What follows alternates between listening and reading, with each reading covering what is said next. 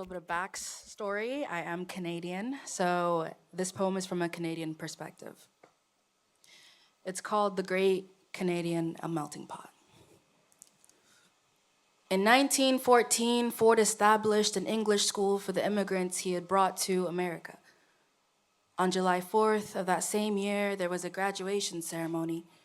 Every graduate of the English school stood in a room filled with phony sanctimony. They wore native gowns and walked onto a stage that lowered them down in this extravagant bowl-like figure, the great American melting pot.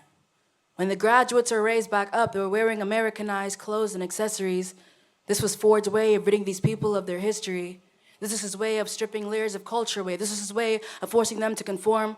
When I learned of this, I asked my parents of their experience with immigration. They said, "Daughter, our beauty isn't beauty here.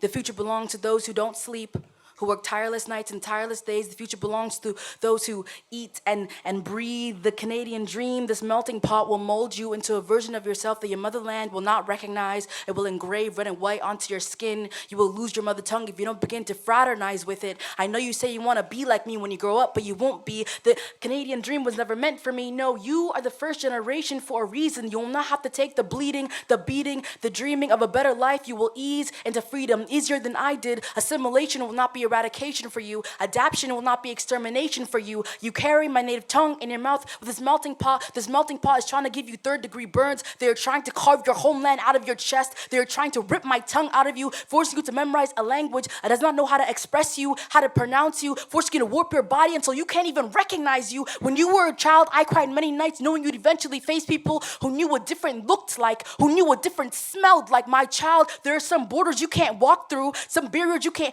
break down with your bare hands. There are fences you can't climb. There are battles you will win only to reach the horizon and see a barren land, one that does not want you, one that does not accept you, one that will ask you to go back home to ruins, my daughter.